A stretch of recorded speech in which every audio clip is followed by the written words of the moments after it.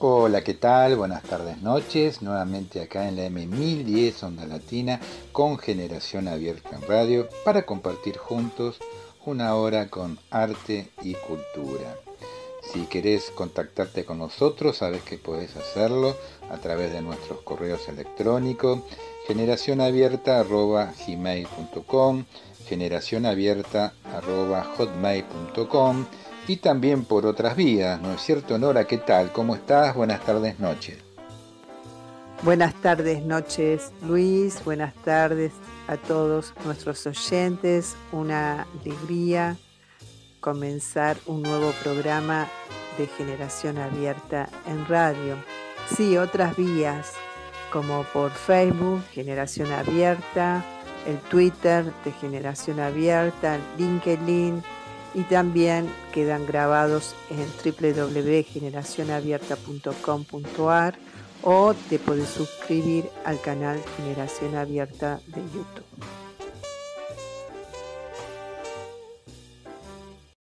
Generación Abierta tiene el agrado de conversar con el padre Eusebio Hernández, párroco de la parroquia Nuestra Señora de Caocupé, ubicada en el barrio de Caballito, en la avenida Rivadavia 4879, justo frente al Parque Rivadavia y a la Escuela Normal número 4.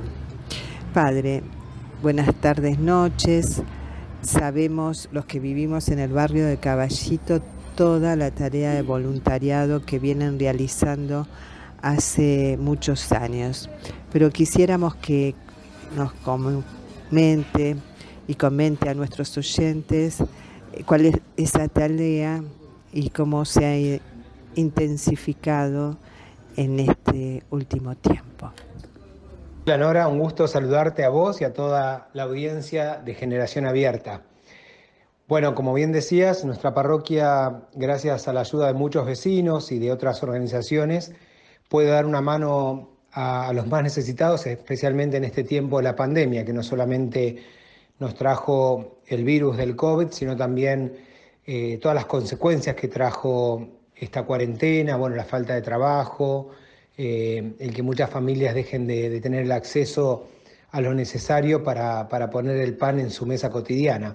Así que bueno, Cacupé desde el año 2000 tiene un comedor parroquial donde estábamos atendiendo antes de la pandemia a unas 80, 90 personas. Después de la pandemia se fue incrementando hasta llegar al día de hoy a 250, 300 personas que de lunes a viernes reciben el almuerzo en nuestra parroquia de Cacupé. También estamos atendiendo a 120 familias, muchas de ellas del barrio, que bueno, por diferentes situaciones, ya sea gente de la tercera edad que los ayudaban sus hijos con el pago de los impuestos o de las expensas, y por ahí sus hijos han quedado sin trabajo y se les fue imposible poder seguir ayudando a sus padres. Así que esa gente también viene a buscar mercadería una vez al mes a través de Cáritas parroquial para poder llevar el sustento cotidiano. De estas necesidades que se han incrementado notoriamente por este tiempo de la pandemia, ¿cómo responde la comunidad de feligreses? ¿Cómo responde en general la comunidad de Caballito? ¿Se ha incrementado también el voluntariado? ¿Quiénes conforman este voluntariado? Ciertamente durante el tiempo que fue transcurriendo de la pandemia y de la cuarentena, muchas personas del barrio, feligresía y vecinos fueron, bueno, acercándose a la parroquia y preguntándonos qué necesitábamos. Así que ya sea a través de mercadería, de alimentos o de ropa, pudimos hacer varias campañas de entrega de bolsones de mercadería. También entregamos ropa de abrigo a más de 5.000 personas en el invierno pasado, a comienzos del invierno. Así que en eso podemos experimentar que tanto la feligresía como todo el vecindario y la comunidad de Caballito es muy generosa para con las obras de caridad que lleva adelante la parroquia. El voluntariado, bueno, al comienzo de la pandemia, mucho del voluntariado del comedor, por razones de edad o quizás porque sus familias tenían un poco de temor, se vio disminuido en la cantidad de voluntariado. pero bueno, ahí la providencia de Dios también envió gente por ahí más joven para hacerse cargo del voluntariado. Mucho del voluntariado, bueno, son nuestra comunidad de Scout de la parroquia, el grupo Scout 508 de nuestra parroquia, que se hizo cargo desde el mes de junio hasta el mes de diciembre de tener abierto el comedor también los días sábados, y ese día cocinaban los chicos Scout. Y después también tenemos mucho voluntariado de la comunidad venezolana que hace vida parroquial en nuestra comunidad. Bueno, los venezolanos se hicieron cargo del comedor parroquial, casi hasta el día de hoy están a cargo ellos con el cocinero, que es nuestro cocinero de hace muchos años, Alfredo. Bueno, y quienes colaboran con él son la mayoría, el 90% son hombres y mujeres de la comunidad venezolana. Allí entonces la comunidad venezolana encuentra un lugar de pertenencia.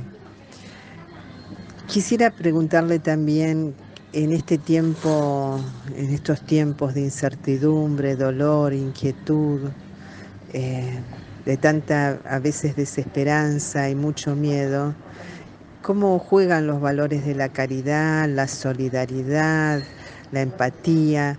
Usted ha visto que, bueno, que se ha incrementado, se ha podido ver de otra manera, o quizás todavía el individualismo es lo que uno ve como párroco de la parroquia y teniendo esta visión tan amplia de nuestro barrio, cómo encuentra a nuestra comunidad.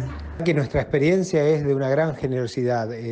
Siempre creo que, no creo equivocarme, siempre el pueblo argentino ante una necesidad fue muy generoso, fue muy solidario.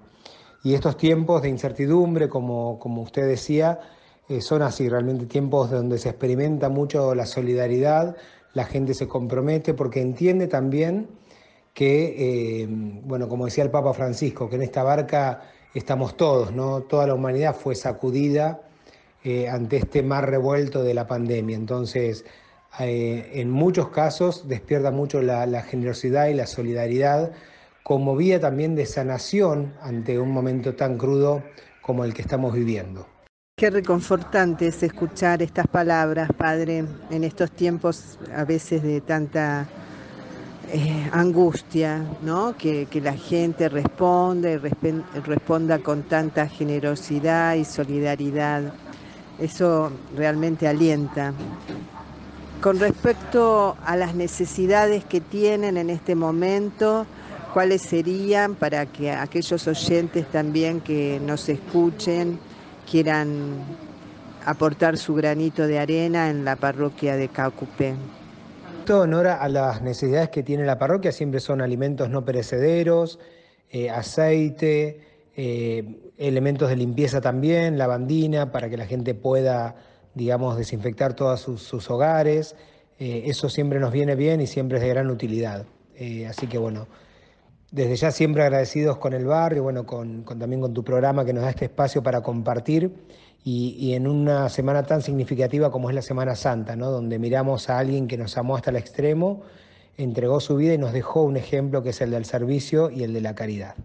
Agradecerle, Padre Eusebio Hernández, de la parroquia de Cacupe, del barrio de Caballito, por contestar nuestras preguntas en esta Semana Santa, donde sabemos que está muy ocupado con todas las actividades que realiza la parroquia, y bueno, y desearle unas felices Pascuas.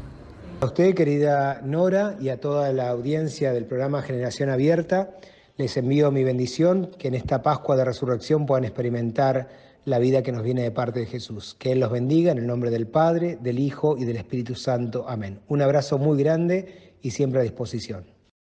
El barrio de Montserrat se encuentra ubicado en el casco histórico de la ciudad. Dentro de sus límites se encuentra la famosa Avenida de Mayo, que en programas pasados estuvimos hablando, refiriéndonos a su tan interesante historia.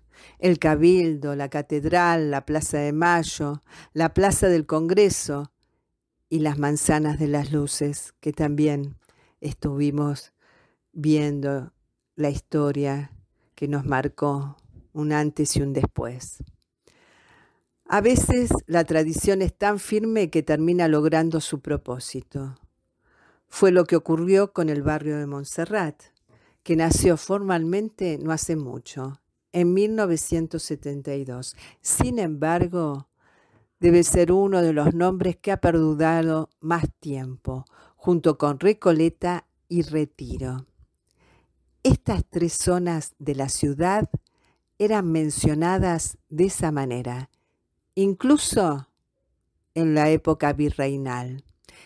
Este barrio tuvo el orgullo de ser el escenario de la fundación de la Trinidad, la actual Buenos Aires, el 11 de junio de 1580, cuando Juan de Garay y una decena de pobladores arribaron desde Asunción y Santa Fe. Aquel acto en que Garay, frente al rollo de la Justicia, al tronco de un árbol y rodeado de los recién llegados, anunció la instalación definitiva. Tuvo lugar en la plaza más histórica de Montserrat y de la Argentina, la Plaza de Mayo.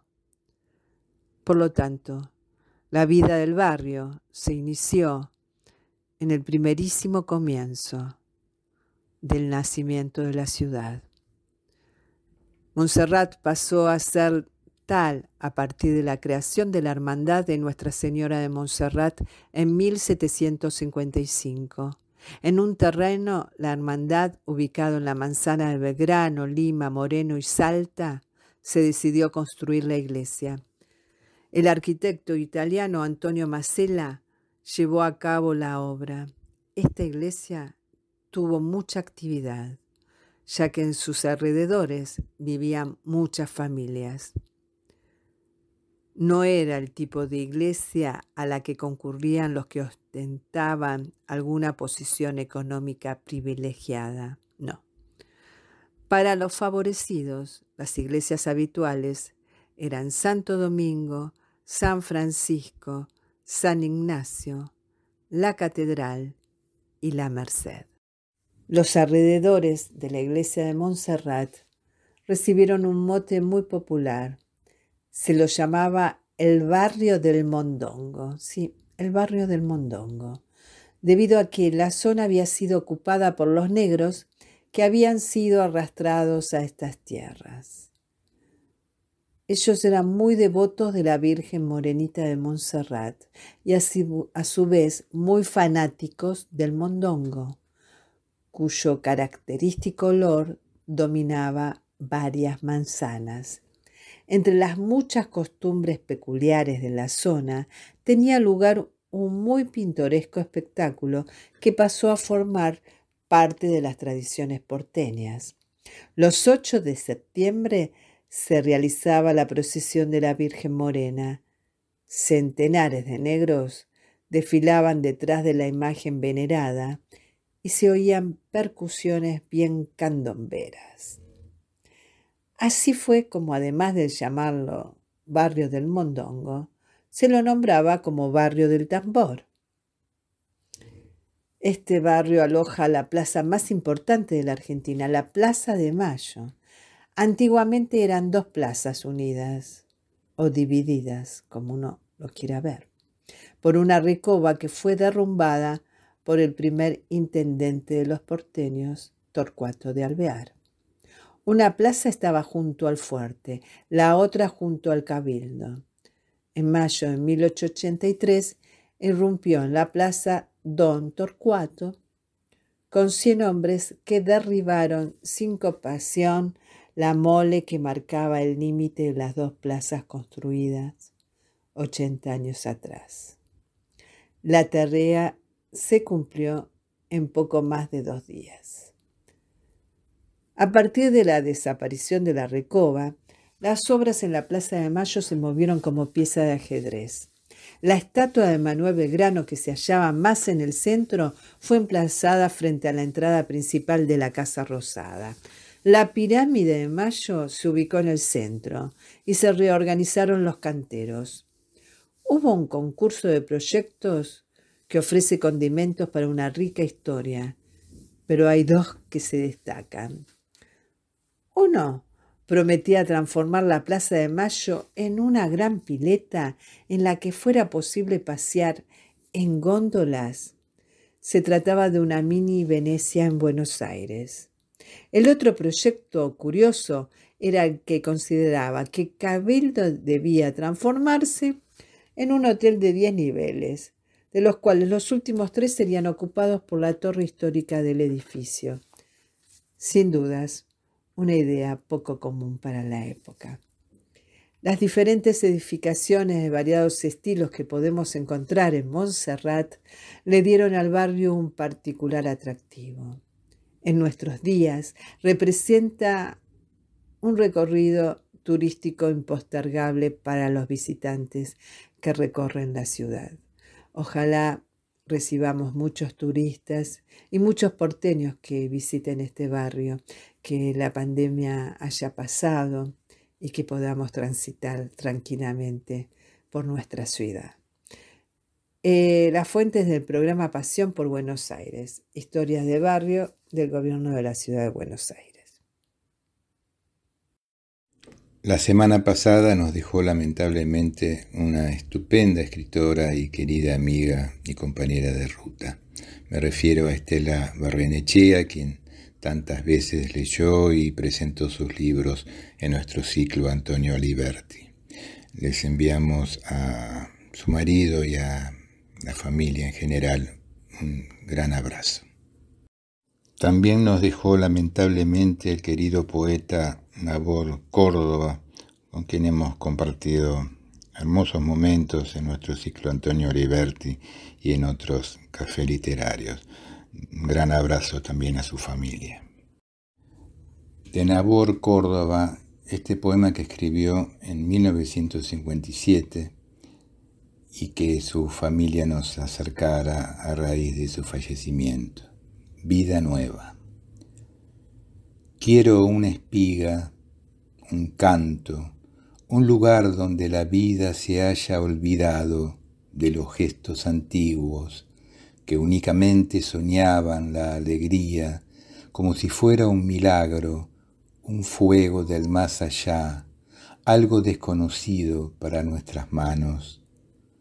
Quiero, sencillamente quiero, un pan sereno, un tranquilo caminar con todos los hombres que van a su trabajo, un lugar cualquiera donde pueda colocar todo lo oscuro y olvidarlo, un lugar donde se pueda charlar del amor humano como si fuera el alimento de la vida, su causa, su savia y su destino.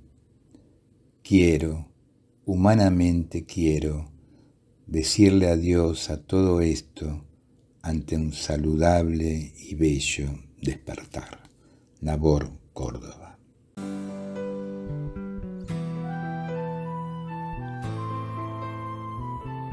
Espacio musical, Ricardo Héctor Reyes.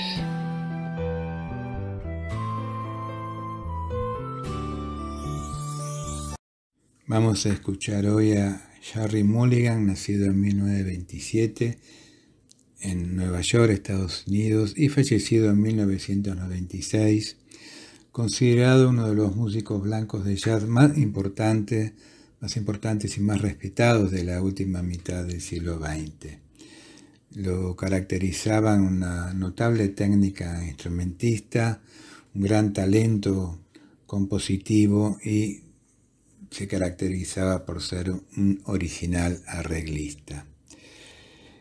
Ya de chico notó inclinaciones por la música, por lo cual los padres le compraron un saxofón. Tras estudiar música colaboró con la orquesta de Elliot Lawrence antes de dirigirse a su ciudad natal con 18 años, donde enseguida se enroló en la big band del baterista Gene Krupa. En 1947 traba amistad con Charlie Parker y entra como saxo barítono y arreglista en la orquesta de Claude Tort.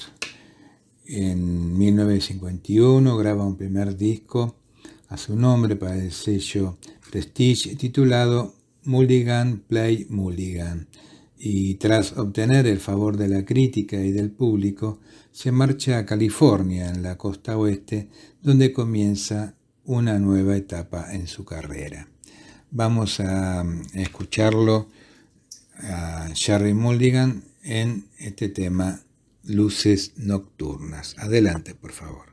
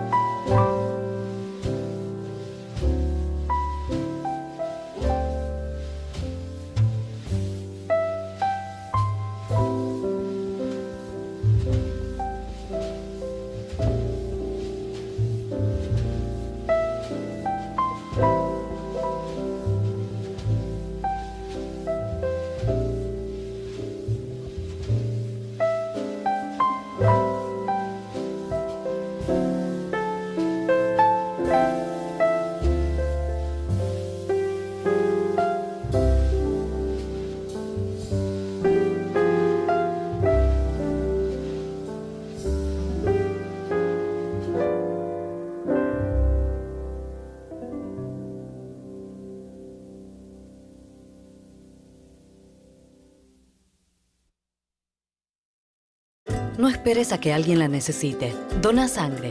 Para evitar la aglomeración de personas, se brindan turnos programados en hospitales de la ciudad. Encontrá más información en buenosaires.gov.ar/donasangre o chatea con la ciudad al 11 50 50 0147. Cuidarte es cuidarnos. Buenos Aires Ciudad. Buenas tardes a todos los oyentes de Generación Abierta en Radio. Bueno, hoy les traigo una invitación para ir al Museo Nacional de Bellas Artes y encontrarse con una muestra de nuestro queridísimo y gran artista ya fallecido León Ferrari. Y a propósito de León Ferrari, quiero comentarles que allá por fines de la década del 90, nuestro director de la revista Generación Abierta, junto con el artista plástico Pedro Gaeta, le realizaron una entrevista para la revista muy interesante. A todos aquellos oyentes que quieran encontrarse con esa entrevista pueden acceder a nuestro sitio web www.generacionabierta.com.ar. La verdad que la entrevista no tiene desperdicio y me parece que es una muy buena forma de vincularse con el artista. Voy a hacer una muy breve síntesis de algunos momentos destacados en la obra de León Ferrari, quien nace en 1920 y muere en el año 2013. Fue uno de los artistas argentinos más relevantes del arte contemporáneo.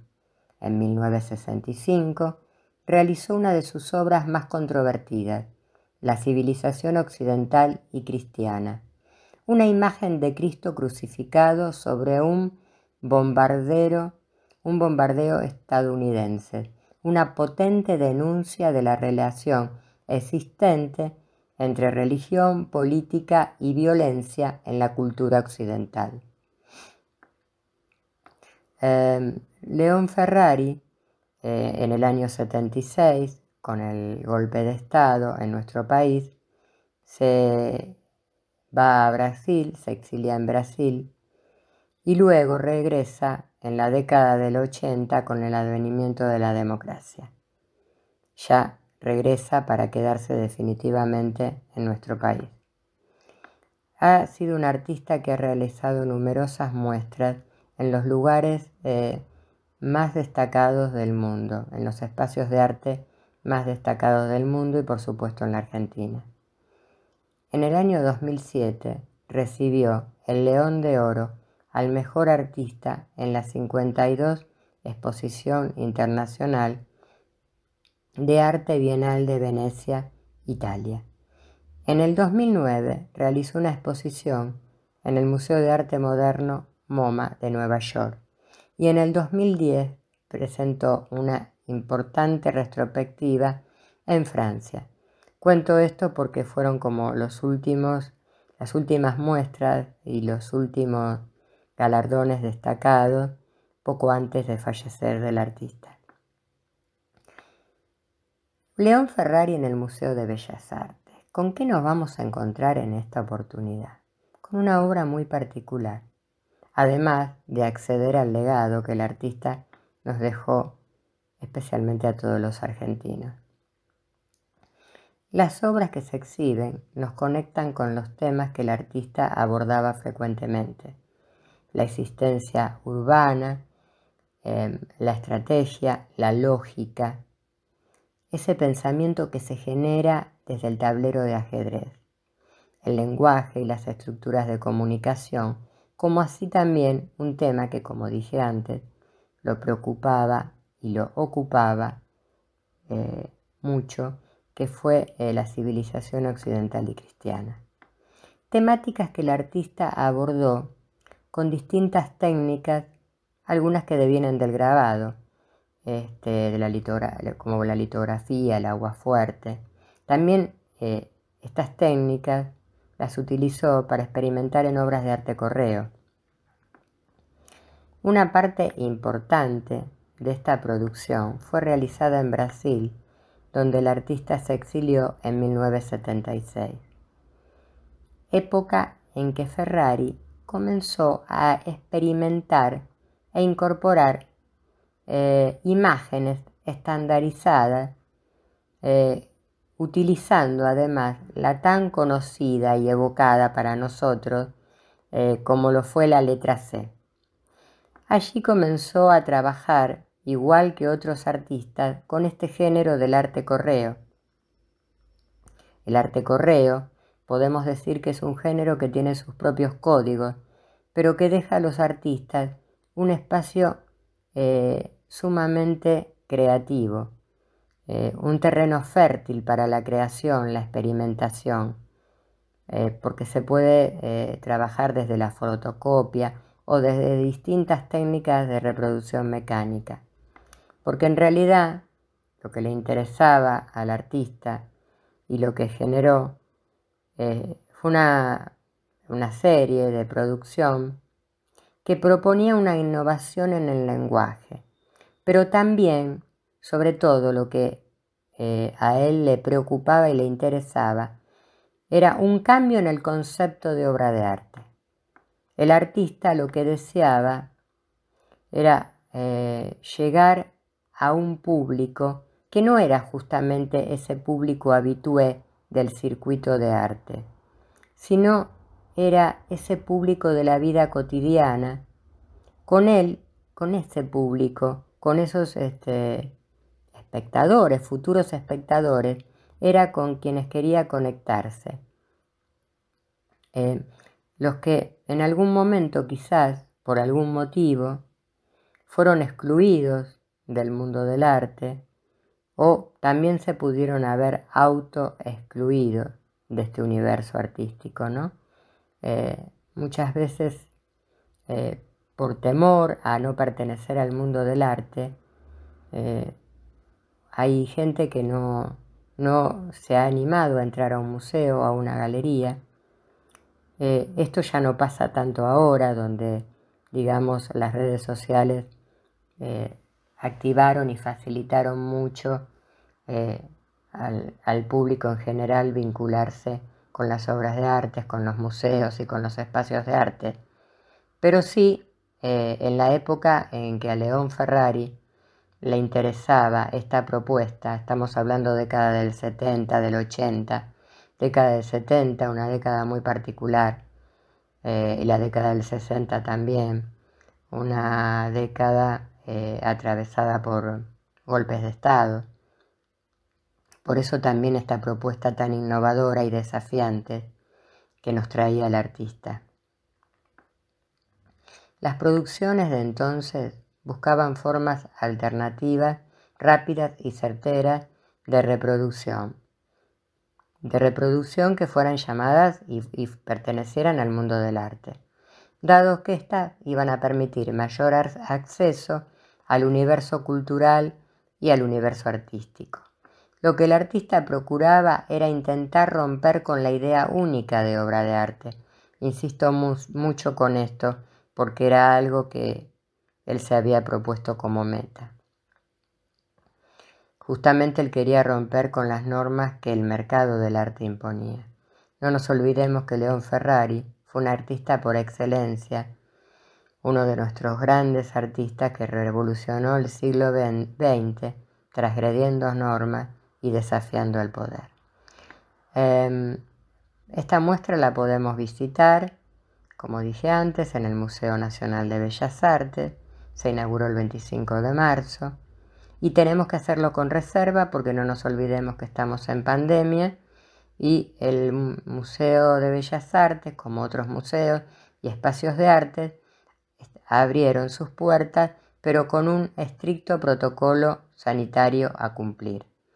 Entonces deben pedir un turno a través de la página del museo www.bellasartes.gov.ar. Planea tu visita.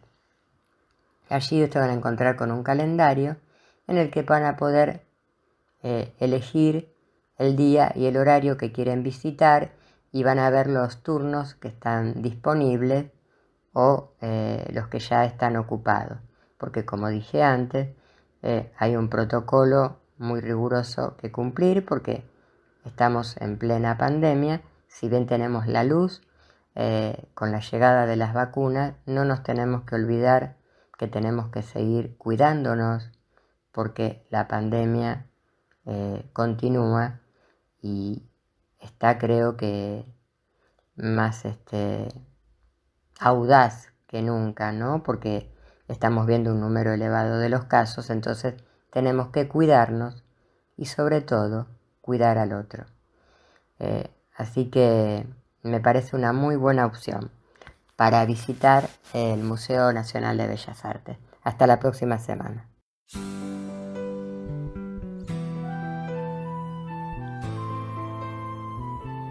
Espacio musical, Ricardo Héctor Reyes.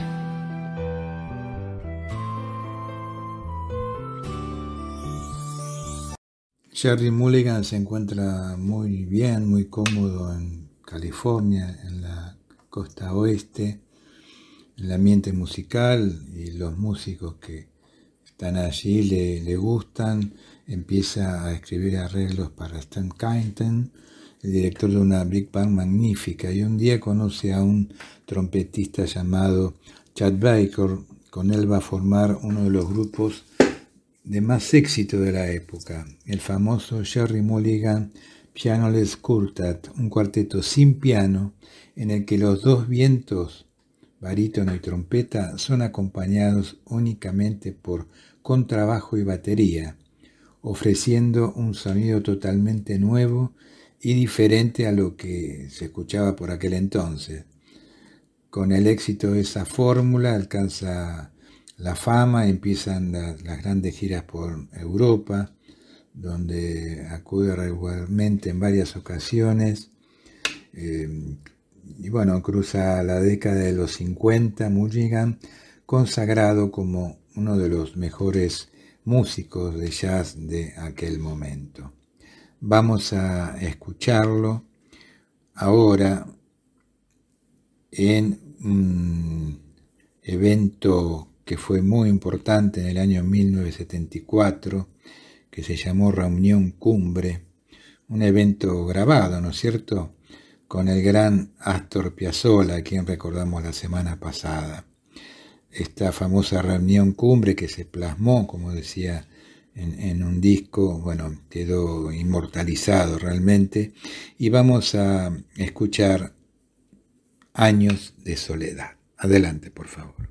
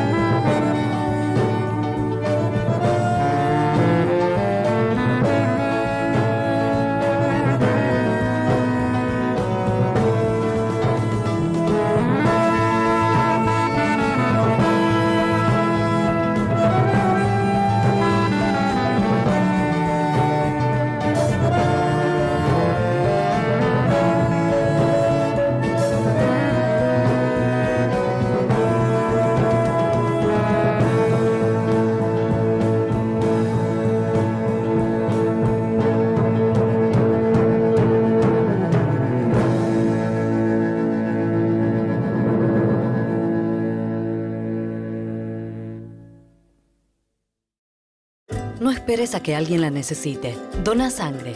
Para evitar la aglomeración de personas, se brindan turnos programados en hospitales de la ciudad. Encontrá más información en buenosaires.gov.ar/donasangre o chatea con la ciudad al 11 50 50 0147. Cuidarte es cuidarnos. Buenos Aires Ciudad. Poetas y movimientos en poesía. Del poeta Ernesto Goldar. ¿Qué dejo de decir? ¿La poesía dice lo que piensa o consiste acaso en la inefable e inaudible promesa que se lleva a cabo, en el tanteo desnudo, en la certidumbre de palabras prodigiosamente alineadas que configuran o encadenan humores, decepciones, dichas, sueños y recuerdos en los momentos únicos de un ser ahí y un vos allí? Buenos Aires, él solo lamenta, sin grandilocuencia, callado como un pájaro, sin estorbo en las veredas, los escaparates que le conocen desde hace 20 años son los referentes de un barrio aparejado a su destino de adopción. No vive allí, en ese lugar habita y sueñan los lejanos días para volver a la postura de largada, el centro de su círculo, el calor de los recuerdos buenos que siguen mansos, la señal desorientada. No es el final un punto y coma, es la reiteración de la ansiedad sacrificada al olvido en una cacería de tiempos borrados, nutrientes de imágenes que suenan en los bordes. Una aventura memorable, faltar a clase, hacerse la rabona, entre paréntesis poner la escuela y darse asueto, al maestro idéntico a sí mismo, a la pedagogía, al aroma de la insípida tiza y al dictado, la punta de los lápices, la goma, los inofensivos rituales iniciáticos, ese universo severo y el estuche y las tablas de multiplicación. Alegría del tiempo merodeador de imágenes, por tachar las palabras y mirar a las nubes, por andar lentamente soberano por las puertas del sueño, por caminar así, con ligereza, y abandonarse a un placer a contracanto, a lo largo de una mañana en primavera. Los principios. Intenté libros acerca de asuntos trascendentes del país, la cultura, sea como sea, o enumerar las dignidades de los merecedores. Aún más desciframientos sobre preguntas que abusan cavilaciones de años, deliberadas historias fácilmente alcanzadas por la verdad en la microscopía de una frase. Hasta aquí lo hecho y no hay remedio. Con gratitud recibo por fin a la poesía. Se pone en mi lugar para sentirme acompañado de soledad y me salva. Ernesto Goldar nació en Buenos Aires en 1940 y falleció también en Buenos Aires a los 71 años de edad, en el año 2011. Concurrente asiduo del Café Literario Antonio Aliberti y luego de las tertulias y charlas después del café, realmente se lo extraña mucho, su humor, su alegría, su sabiduría. Decir que fue poeta y ensayista, ejerció el periodismo y la docencia universitaria, además de coordinar talleres literarios de novela e ensayo. Fue asesor cinematográfico, candidato a senador, jurado por el Fondo Nacional de las Artes, el Congreso de la Nación y el Gobierno de la Ciudad. Participó de antologías sobre la historia y sociología de Buenos Aires y de las antologías Poetas Argentinos del siglo XXI 2005, Legado de poetas, Poesía Social Argentina 2007, Poesía Argentina Contemporánea 2007. Obtuvo el premio Oesterheld, publicó ensayos de investigación histórica, dictó conferencias en universidades nacionales e instituciones culturales públicas y privadas, publicó más de 20 libros con varias reediciones, entre ellos El peronismo en la literatura argentina, La mala vida, Proceso a Roberto Art, Buenos Aires, Vida cotidiana de la década del 50, John William Hood, El peronismo revolucionario, Los argentinos y la guerra civil española, La clase media en el 83, ¿Qué hacer con Perón muerto? Y poemarios, Feria en San Telmo, Instinto de conservación, en voz desmayada y baja. El poeta permanece y sigue el andar por las veredas, en las tardes de los sábados y de los domingos, el camino itinerante del barrio que avanza para retroceder, para acercarse a las preguntas primeras antes de buscar la última respuesta. El recorrido abre un signo de interrogación, dejado frecuente y desgajado, nombrado está de tiempo y no tiene nada más que una odisea, conjugar la palabra ella y dispensarla. Nos dice Graciela Maturo, Goldar asume la poesía como un quehacer irrenunciable, hondamente ligado a su naturaleza. Se define como un poeta natural y así lo muestra. Nos dice el poeta Luis Raúl Calvo, en Ernesto Goldar hay un cronista de esta época que evoca las vicisitudes de la condición humana y lo hace con un particular modo de decir. El autor se pregunta por las cosas y nos lleva a nosotros, lectores y recreadores de su obra, a preguntarnos también por esas cosas. De la poeta Marta Jiménez Pastor, el poema El ladrón. No es el caso dudar, pero esta vez todos conocen la trama, que no acepta forasteros, el instante formidable en que se pueden dar todas las voces de mando y decir Dios bendito sin esperar nada. La maniobra altera, dispersa, colma a las criaturas.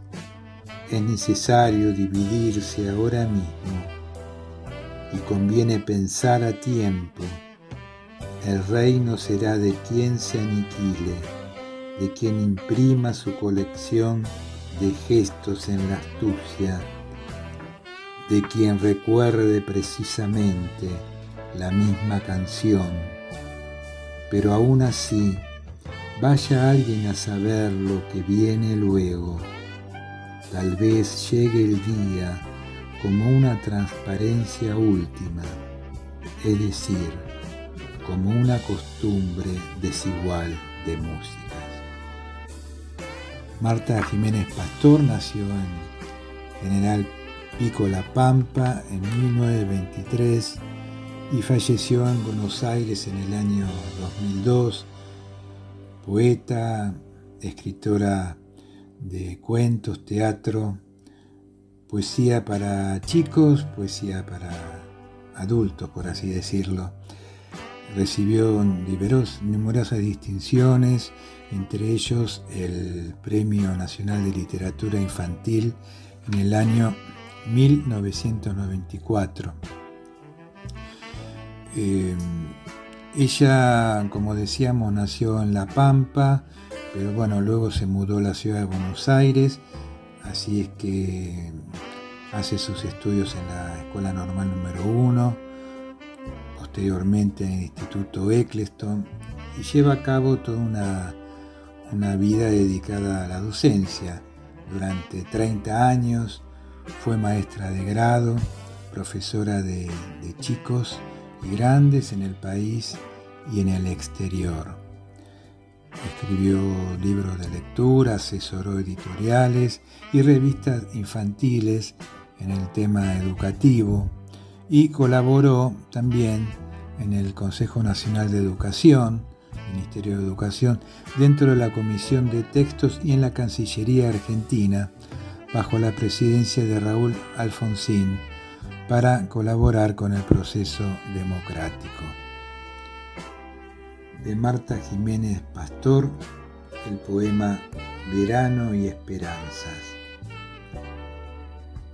Si yo te hubiera dicho el tamaño de estos días, si te hubiera señalado el coraje, la fuerza del absurdo, cierta manera de hacer pedazos la ciudad, si me hubiera ocupado más de los jardines, qué aire tan ceñido, qué forma magnífica de incorporarte. El silencio cumplió su primera etapa. Entonces podré estrenar confiadamente el aire claro y seguro de tu cuerpo. La confabulación está distante y el verano vuelve a caernos con su prolijo amaneramiento de manzana. Hoy cometiste el crimen del olvido. Hasta hecho lo imposible por dudar, y ya puedes abrirte paso entre las ventanas. Consulta tus manos, el corazón está con ellas, y la esperanza ha movido la primera montaña. He consumido mi suicidio en un instante. Quiero decir, he reconquistado el miedo. Los días pasan secretamente y establecen una relación entre nuestro cuarto y el infinito. Amo el mundo y su ágil nostalgia. Me cuesta despedirme. Tenemos toda la inmortalidad por delante y un sábado por compartir. Decíamos de Marta Jiménez Pastor, toda una vida dedicada a la docencia, pero también a la poesía, y digamos que en ella hubo algo muy importante, que fue su vinculación con un importante grupo poético de vanguardia en los años 50. Nos referimos a Poesía Buenos Aires, un movimiento revista que tuvo una vigencia de 10 años, de 1950 a 1960, que ha dejado a grandes poetas de aquel momento. Se nos fue el programa y queremos agradecerle a Aníbal y Leandro de la M1010 Onda Latina por todo su apoyo y colaboración, y nos vamos hasta el próximo martes recordando que compartir los sueños es algo digno para celebrar. Muchas gracias.